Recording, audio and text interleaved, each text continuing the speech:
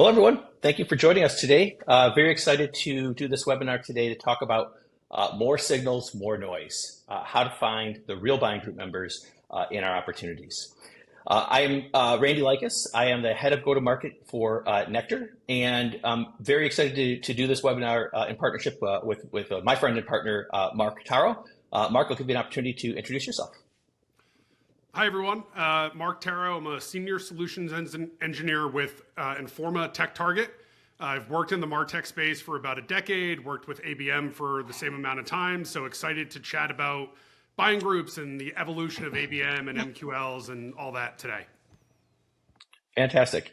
So, what I wanted to do is just start the webinar and talk a little bit about what we're seeing sort of higher level, sort of the market trends right now. And I don't think anybody would argue with the fact that over the past, say, 12 to 24 months, buyer behavior and buyer preferences are changing. The most recent piece of research that I saw was published by 6 Sense in the fall, where they talked about a few things. One is the buying process, right, is unfold as it unfolds. About 70% of that is happening without any sales engagement at all. And the reason for that is, people, there's so much information that's available, publicly, right, through our websites, through, communities, talking to analysts. There's not a reason for people to have to engage with sales right away, and they prefer actually to do their own research before they engage with sales. And as this research points out, it correlates with some of the other research that's out there. People are doing this and they're getting about 70% of the way through. And typically what happens is when they are ready, right, so at that 70% mark, they typically have a pretty good idea of the vendors that they want to speak with.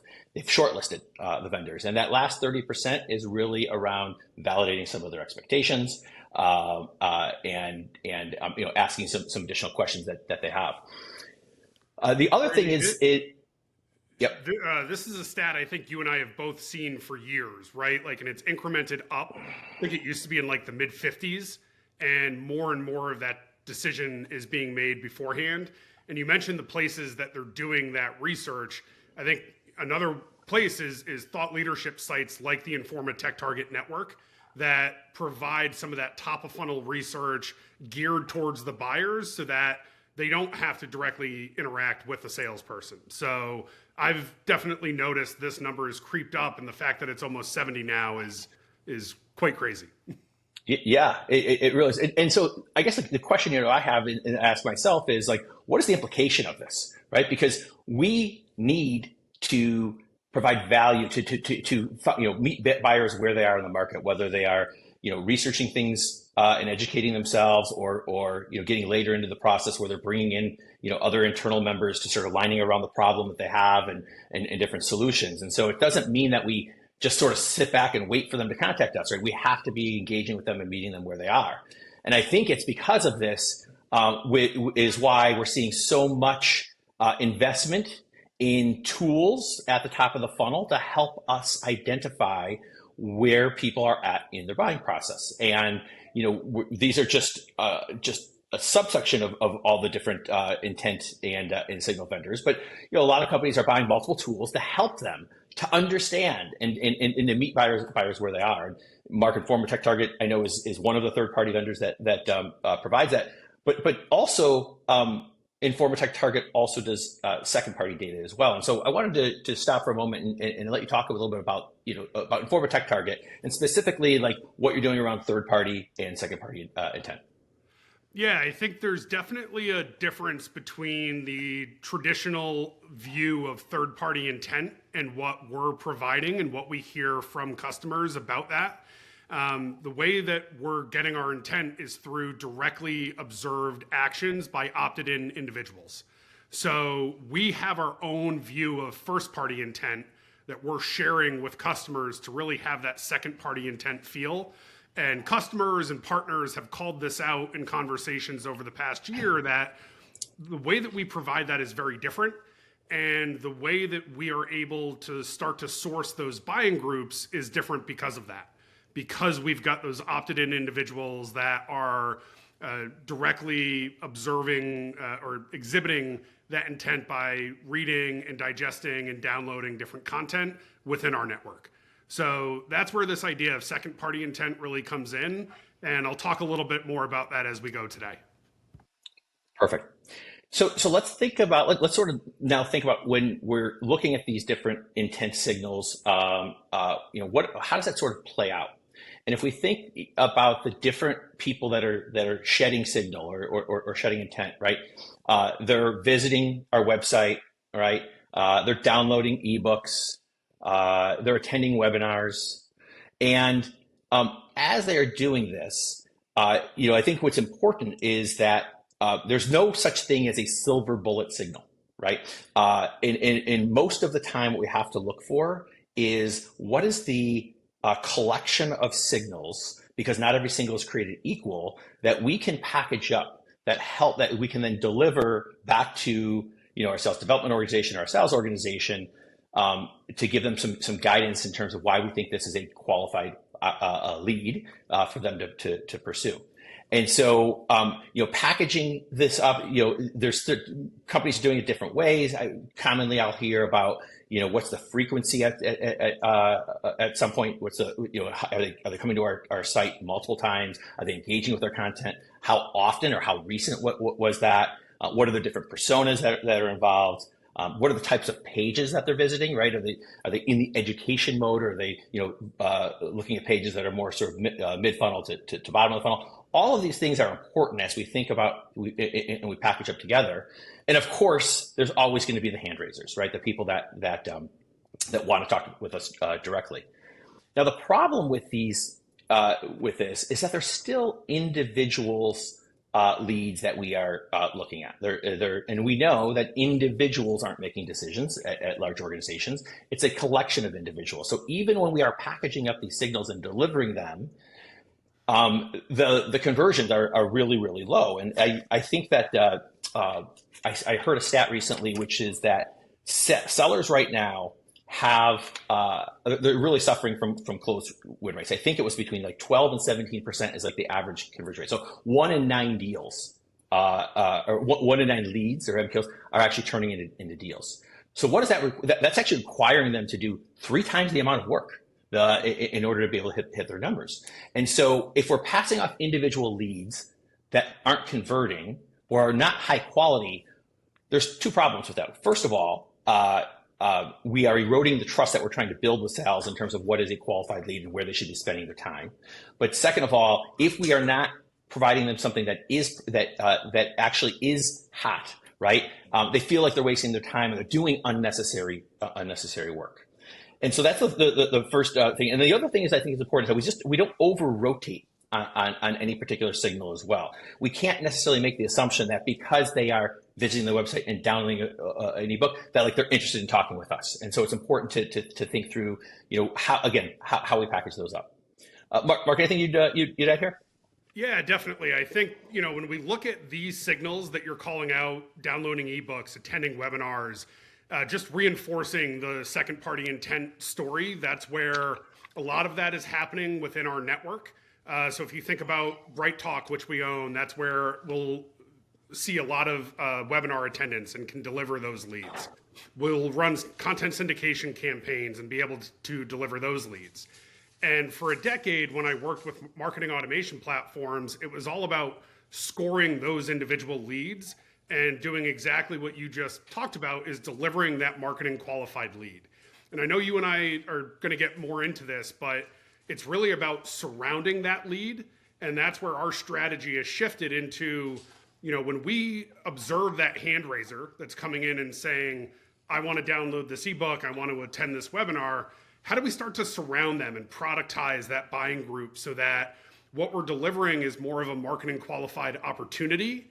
Because that's the whole goal of buying groups, right? Is to get to that opportunity and to provide sales with something actionable versus just a contact at an account.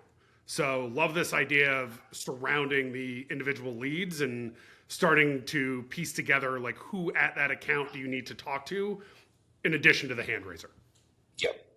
And I think what's happening is we're seeing so many different signals and there's so much data. It's and that's kind of what gets back to the theme of the event, which is like more signals, more noise. Like there's just a data fatigue. I think there's data fatigue from the marketer standpoint, but also a fatigue from the seller as well. And then the last thing I want to just point out is when we pass over individual leads and because they don't convert, the inefficiency is just tremendous. There's inefficiency in the amount of money we spent on campaigns. There's inefficiency on the amount of resources, right? The time that we're spending on them. And then, as we know, if we start with an individual and over time there needs to be multiple people involved and we need to get alignment around things, it just extends sales cycles. And there's always personas or people that are popping up, last minute that we weren't aware of, which is making us push our deals and not closing them when we originally think that they're going to close. So I think the next evolution, kind of where a lot of companies are actually starting to think about is, and you talked about this earlier, is swarming. So what's important is now let's take a look at not necessarily the individual leads, but another key indicator is, are there multiple people from the account who are doing all of these different activities and shedding different signals? Now, while that is, and a lot of times, I think people will say, well, we've got now a marketing qualified account because we're seeing a lot of different people here. And the challenge with that is that for larger organizations that have multiple products with multiple buying groups, an MQA doesn't necessarily tell us who the buying group is, right? It could be a lot of people from the account, but not necessarily in the product, in a specific buying group product. The other challenge with this is that a lot of times we're looking at we're scoring, there's different lead scoring that we're determining based on these different people, and some people don't score up, and only passing over the people that do. Well, that is a miss because the salesperson wants to know if there is multiple people. Perhaps it's a person that they've been targeting that they haven't been able to get to, and just because they didn't score up does not necessarily mean that they don't want to know about that. And there's also a third problem, which is this idea called second lead syndrome, which is what if there's already an opportunity that's open, and somebody comes in and the SDR sees that, but they're not comped on that. They're going to ignore it, right? But that could be a potential person that the sales person wants to know about it. And so there's this inefficiency in the second lead syndrome, which is just this waste of not following up with them because of the way our systems are designed and our comps are designed. So, Mark, before I move on, any other thoughts? Yeah, I love the comments that you're making about the inefficiencies, because a lot of the convos that I'm having with marketing and sales leaders are around a shift in how they're evaluating success and the metrics that they're looking at with regard to MQLs and opportunities. So I think the inefficiencies are starting to drive a difference there. And I could not agree more on the swarming and providing multiple contacts at that account and how you group them. We had a sales leader say to us recently that 3 or 4 leads at one account might be more valuable than 10 leads from 10 different accounts. Yep. Because what that actually provides for them is something that their individual BDR or sales rep can go in and start actioning more confidently versus cold calling 10 people. They can start to put together a strategy for, how do I sell to this team? Do I want to drop them in different cadences or sequences or whatever it might be? So that's where I think the idea of starting to group together those leads on an individual account, on an opportunity, starts to really pay dividends and remove some of those inefficiencies. Yeah, absolutely. And so because of some of these challenges that we had talked about and some of these inefficiencies that we talked about, that is why there is this new motion. And some people call it the buying group motion, other people call it the opportunity-based marketing motion, which is where we're creating these early stage opportunities, and we're delivering the people who did score up, the MQLs, the people that didn't score up, and then the past opportunity members, which we'll get into a moment, opportunities that we maybe on the same product or same solution, historically that maybe they didn't close because they couldn't get alignment, or maybe we'd lost to a competitor. But being able to marry the top of the funnel signals with what we know about influencers in the past and creating these buying groups is where a lot of people are leaning in. So what I mean by that is think of the conversations that your sales team is having and your customer success team is having either currently or historically, and mining those, right? Mining those and bringing those and delivering those as part of these early stage opportunities. Now, the challenge in doing this is that most companies don't have that historical data available to them on an opportunity record. Reps are notoriously bad at updating all of the people that come in and out of an opportunity. And so, most companies, when they look at their opportunities inside of their CRM, like it might have one or two people, right? But it doesn't have that buying committee information. So that's a challenge for them in doing this.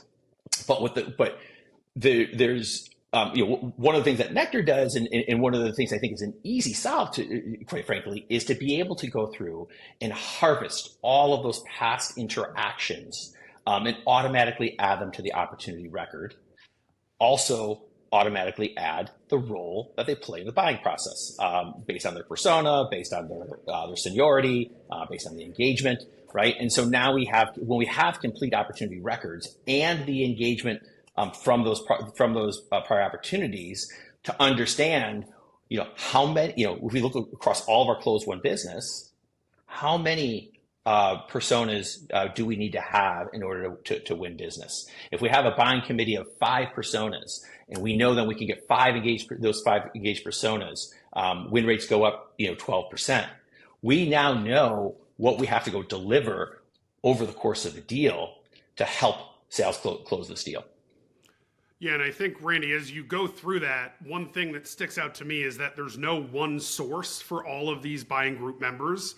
You're going to need to pull these members from different sources, and that's where, whether it is farming your previous opportunities or pulling in some of the active prospects that you're either directly observing or observing on another network, that's where, it's about having a strategy to group them together on an opportunity so that the sales team can start to work with them effectively. 100%. So the companies that have what I would call the early adopters, the companies who recognize the problem in their traditional sort of lead-based or MQL-based models and have moved to a buying group model or an opportunity-based marketing model, have seen tremendous results. And they've been all over the speaking circuit and working with the different vendors and different podcasts and webinars. But we'll just call out 2 examples. This is all in the public domain. And so if people want to know who these companies are and hear the stories, I'm happy to share those. So after listening to the webinar, just let me know. Because they're not on this webinar, I didn't want to actually use their information, though it is in the public domain. But here's one example who's actually, I believe, a TechTarget example, or a TechTarget customer, who started their process about 18 months ago. And they've taken a very staged approach where they started small with a pilot as they proved out results and looked at like the improvements that they were seeing in the different outcomes that they care about compared to non-buying group opportunities. They used that, they saw some early success and they were able to use that to present that to leadership to get more funding, approval to go larger. But this particular company saw an incredible improvement across all of the key metrics that they care about as far as revenue, increased win rates, faster conversion or better conversions. And then another company who's also been on the circuit, this company did it a little bit differently, where they went all in instead of doing a pilot. I think they completed their transformation here to an opportunity-based marketing model in about 6 months, but very, very similar metrics in terms of the drastic improvements in a buying group motion as compared to non. So, I would encourage anyone who's interested in learning more about this, again, to either look at the different sources. Lean Data and Forrester have a lot of information about these companies. I can point to those companies as well. So let's talk a little bit about what this actually means and how it manifests in our businesses and what the future looks like. So today, I think the way a lot of organizations work is they say, okay, we're going to run a campaign, and maybe it's a $100,000 campaign. And as we run this campaign, we want to measure how many MQLs we get out of it, and then how many of those MQLs actually converted into opportunities. The buying group model takes a little bit of a different approach. So we're going from campaign to opportunity. Okay, we're creating these early stage opportunities where we're piping in the people who scored up and the people that MQL'd. We're also piping in all those other people that are creating kind of that swarm that we're seeing, and the past influencers on opportunities that we that exist in our CRM around that same product. So rather than talk about the theoretical or sort of the chart, what we wanted to do is actually bring it to life a little bit and give you a visual example of how this may work. And so what we're going to do is we're going to start. Actually, Randy, can we hop back there for a quick second? Because I think sure. There's one thing that I want to harp in on here. Actually, calling back to the last installation in this series that you did around buying groups, which was a big question around, well, whose responsibility are buying groups? Is it the marketing team? Is it the sales team? Who's ultimately responsible for that? And I think this chart starts to illustrate that it's all of the above. It's all of the above. Marketing, providing some of the MQLs. It's pulling in those leads and sources as well. And also maybe a tool like Nectar coming in and starting to automate some of that to pull in the past influencers. But this is where I think like the shift is really going around MQLs becoming different, not necessarily obsolete. I know there's a lot of talk in the market about MQLs being dead. I don't think they are. I think they're just evolving. And this is that evolution of them being attached to an opportunity and surrounded by those other contacts. So I'll talk a little bit more about like what we've done internally and what we've helped some other customers with, but just wanted to call that out around like the responsibility isn't solely on marketing. Some of it is sales, but it's ultimately setting up that opportunity for them. 100%. It's the alignment across the different go-to-market functions on the outcomes that we are after, and which is opportunities and revenue. MQLs are merely a path on the way to those things, but we don't want to measure that. We want to have sales, marketing, customer success all around the company OKRs, which is more revenue. And to just add a little bit more color to your point around is the MQL dead or not? The way that I've heard described, and I think it makes a lot of sense, is it's a deprioritization of the MQL. It's not that they go away. It's not that they're not important. They're just not the only metric. It's part of the overall buying group solution. So, okay, so let's jump into the illustrative example and just to sort of bring this to life a little bit. And what I want to do is I want to start, Mark, with you talking a little bit about Priority Engine and what you're seeing and kind of how you guys are identifying different buying group members through your tools.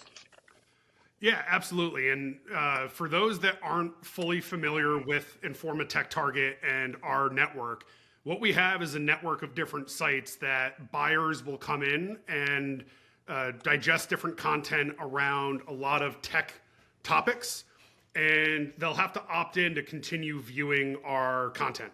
So what we have is a tool called Priority Engine where we can aggregate a suspected buying group at an account. So we're looking at Amazon here and we're seeing a number of the initial prospects that have been active very recently. We've also got this idea of a confirmed project where we're reaching out and confirming that there's an active project going on with that company. But what we're doing is taking these contacts and pushing them into systems of action for the customers. So it's typically going to go to a CRM like Salesforce, might go into a marketing automation tool and then map into the CRM. But that's where these contacts are being mapped in.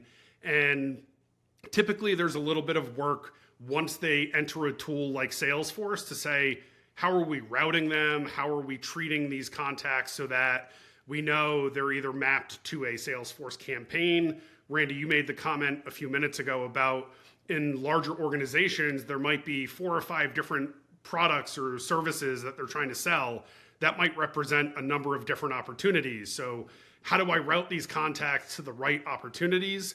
That's some of the stuff that I'll work with our clients on, is how to best use those contacts, whether they're coming from our priority engine tool or our lead generation tools, different ways that they'll bring those contacts in. But I think at the end of the day, it's really all about those contacts ending up in Salesforce, mapped to an opportunity. And then there's a big question of, okay, well, how do I continue to surround these people back to that point of, we're not the only source, and you obviously want to look at what you've already got in your CRM or your marketing automation tool to supplement this. So that's really the next step once you export those contacts out. Yeah, and Mark, I believe that you all at Informa TechTarget have actually implemented a buying group motion or opportunity-based marketing motion as well. And so what I wanted to do is just have you talk about sort of what that workflow looks like in terms of when you see things in Priority Engine and you bring them into the system, like what's next? Like, how do you actually activate this inside of your own organization, and how, quite frankly, I think it would work for other companies who are implementing a motion like this. Yeah, absolutely. And our CMO did a great blog about this with lean data to go a little bit more in depth. But at a high level, what we're doing is taking any of the active prospects from Priority Engine that we view and routing them through one of 5 Salesforce campaigns. And those 5 Salesforce campaigns are then going to look and say, is there an active opportunity? Or if not, let's create a new one and have it be a 1% opportunity. So we actually had to work with sales ops on this to get buy-in from the sales org around a $0 1% opportunity that we have in a pre-qualification stage. What that indicates to the sales rep or the BDR is that they have work to do. They have a pre-seeded buying group, but they need to start to try to round that out with more contacts, look at other tools. Sometimes they're using things like LinkedIn to find other personas that they may want to bring in. But the idea is around starting to get a multi-threaded opportunity versus just a single lead. And that's the whole goal that we have.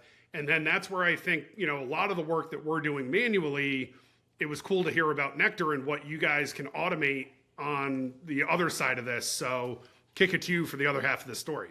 Yeah, absolutely. And before I do that, I just wanted to point out, like we're talking about the Informa product in terms of how this works, but quite frankly, like this could be these seeding, buying committee members could happen across all of the different intent tools that you use. The idea, though, is creating these early stage opportunities. In Salesforce, these 1%ers or 0 value opportunities, and so there's multiple ways in terms of how you can feed these things. But to your point, in terms of where Nectar's fitting into this, is think about that Amazon opportunity that Mark had showed you in these early stage opportunities. Now, if we go back into CRM and we say, okay, what are the past opportunities that we had with Amazon around this product or solution or platform that we have? And in this particular case, we see we've got 2 opportunities with them. And so if we were to click into these are opportunities that are closed, like they're in the past, but through what we're able to see is who is involved in those deals, right? The full buying committee of those deals, what role did they play in those deals? And the same thing with the other opportunity as well. Full opportunities with the buying committee members attached to them. When we're able to attach those members and harvest those members through Nectar, essentially what Nectar is doing then is if you remember in the previous slide where I said most companies will only have 1 or 2, essentially what we're doing is we're writing back all of those buying committee members from previous meetings, emails, so on and so forth, and essentially building out those buying committees on those opportunities. Once those are populated in there, as we set up these early stage opportunities, we could start building either flows, or we can use our routing tool to use triggers that so that 1% opportunity is created. Let's set up some rules or triggers to then go back and look at those previous opportunities that map to that to what we're seeing at the top of the funnel and start piping in those buying committee members from those previous opportunities into that. So now what we're doing is we're delivering to the SDR or the sales organization a pre-seeded opportunity that has the buying group members that we're seeing. I'm sorry, that has the people that we're seeing at the top of the funnel and the different signals, the people through Priority Engine are being piped into these, and those influencers on those past deals. And so now what we could do is we could reach out to Ivan, who was our champion on a past deal, or Ken, who was one of the decision makers, and say, hey, Ken, I happen to see that there's some people that have been interested, they've been attending some of our webinars, or that they're downloading some content. Oh yeah, we're starting that project over again. A year ago we couldn't get alignment, but now the problem still exists, and those people are on my team, and I've asked them to go ahead and do some research. Oh, is this something that you're starting to? Yeah, we're just starting the process right now. So the way companies are operationalizing this is they're giving the team a bunch of different people, right, that have MQL, that have not MQL, that are from previous opportunities, to then go call. And different companies have different ways in terms of how they measure it, but a lot of times it's, let's get confirmation from 3 different people that there is an initiative that is either underway or about to get underway. And when that happens, we then have a opportunity that has been qualified, that we're able to pass over to sales, that just isn't one person, it is multiple people. And again, just to point out in terms of how this can be activated, there's different ways in which you can do it. So I just built out a couple of workflows as examples. So once that new 1% opportunity is created, right, we go find those relevant historical opportunities. We pipe those people to those opportunities. On the way to doing that, we may want to have the routing tool go enrich those contacts, right? Make sure that they're still at the organization. Look if they maybe have a different title, and so that we're updating them. It doesn't have to be that way, but some companies are doing that. Attaching them to that opportunity, and then serving it up to the SDR or the sales organization to then go call and validate that something might be going underway. Similarly, there's another way that companies can do it, which is the same process as I kind of walked through, but instead of serving it to them as the opportunity itself, like, let's build some automation. Let's build some next best steps that they can take. And so, maybe we route them directly over to, the appropriate sequence based on the persona that we want to have them target. Another way they could do it is, again, similar type of a process, but we want to also look at, like, what other data that we can pipe in. So maybe we also, in that stage of bringing them over, we want to go to the marketing automation system. We want to go to the intent platform, and we want to bring in the score, right? The lead score, the engagement score, whatever it might be, and bring this in. Some companies are developing custom buying committee objects where we can pull in a lot of different information in one interface that links back to that early stage opportunity. Really, the possibilities in terms of how we activate and how we package this up and provide it to the SDRs are limitless. There's lots of different ways in terms of how what it is that we deliver, the insight that we deliver back for them to go take action. So with all that said, we want to spend a few minutes to talk a little bit about how do we actually get there and what do we need to think about. The first thing I think is it does require alignment, right? The proper alignment around common goals and metrics. So there is a structural change, there is a strategic change in how we work across our different go-to-market functions. The measurement side of things, we are all used to measuring MQLs in MQL efficiency. That's been ingrained in teams for the past 20 years. So it does require us to say and acknowledge that system is broken, that system is inefficient. And I think a lot of people understand that, right? But they can't not measure things. And so they have to have a system in which they can measure this new motion. And what we've been showing you is that new system. We now have a way on the opportunity object to tie in everything we're seeing and all the investments that we're making, at the top of the funnel, and then all those interactions from the prior historical opportunities as well as ongoing to look and be able to tie together. Here's what we did with these contacts in this campaign. Where are they showing up on our opportunities? And so that new measurement system is in place, but we have to be able to, our leadership has to be open to a new way and a better way to measure the business. And third, on that, if you're a marketing leader, have a conversation with the sales leader about, this is what we're able to deliver.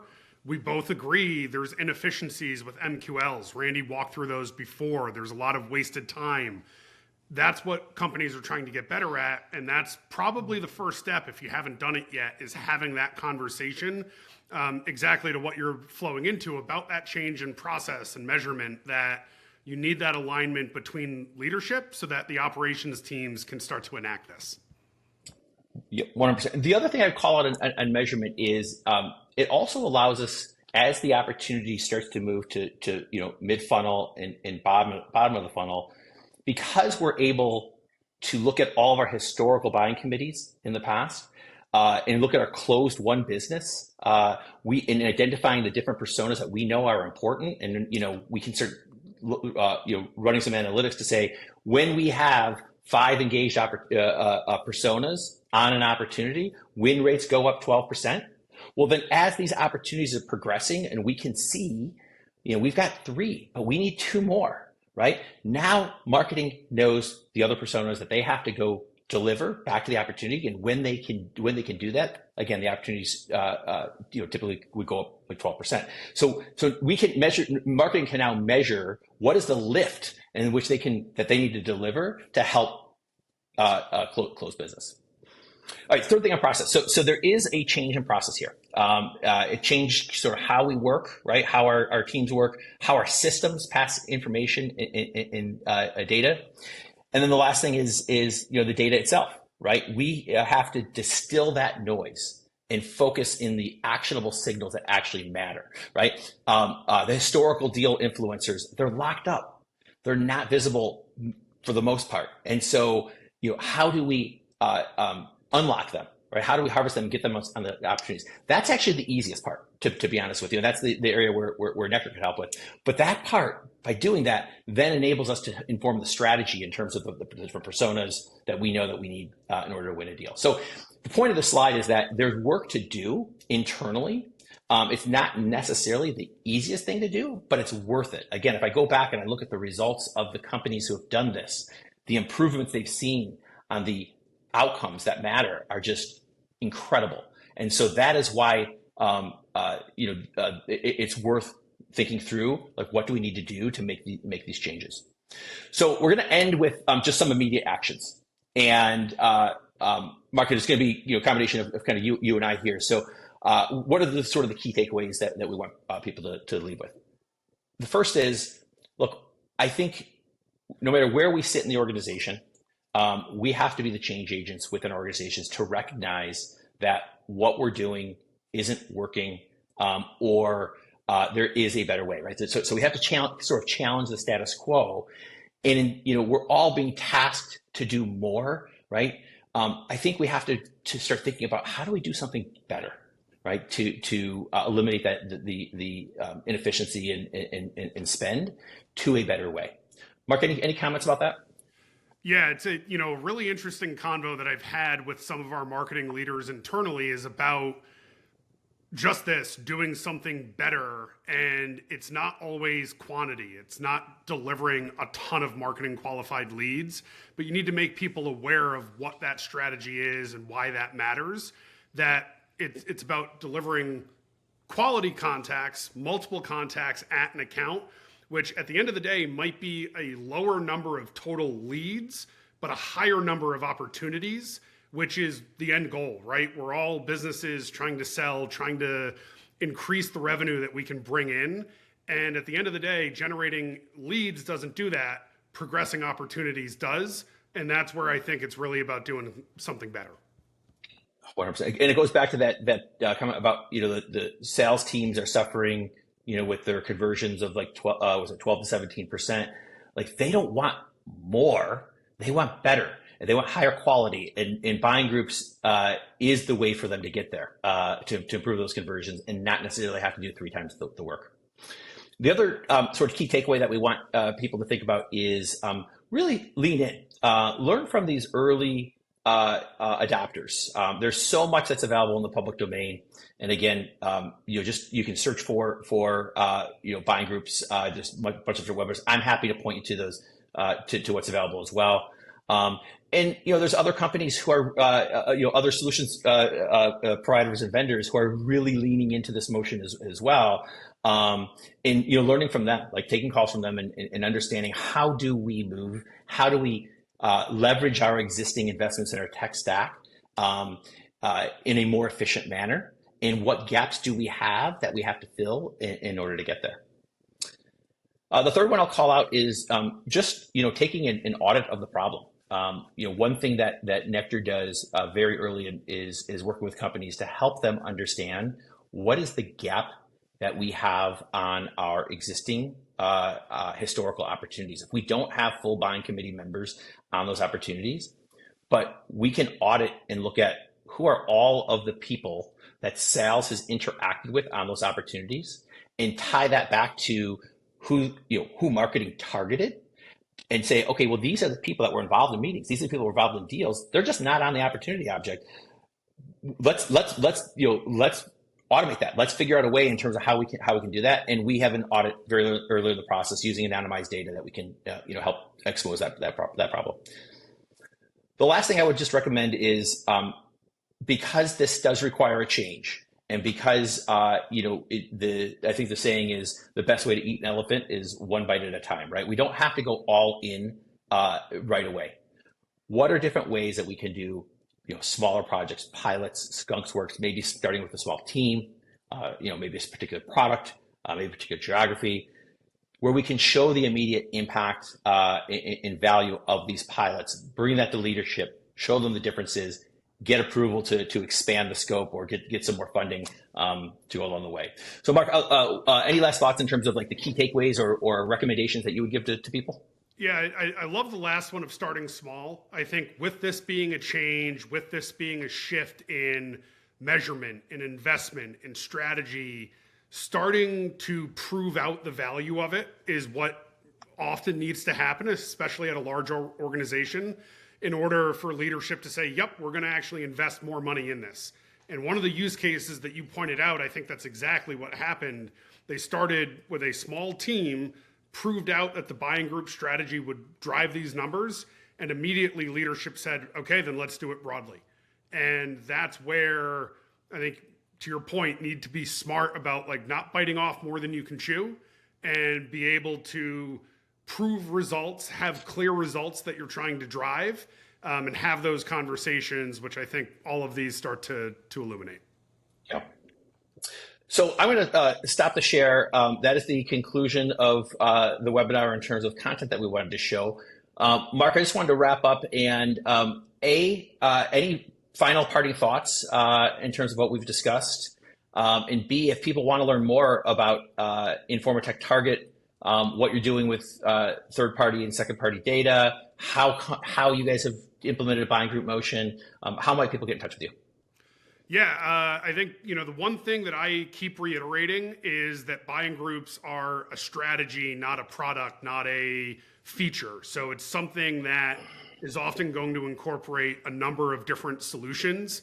I think we feel very strongly that we are a key component in that, especially with what we observe early in the funnel, in that 70% of the decision process that you called out right at the top of the call, that they're not present with you, they're present on a network like Informa TechTarget. So if anyone's curious about learning more, wanting to talk with the sales team, or set up some time with me directly, I think LinkedIn is probably the best way to find me.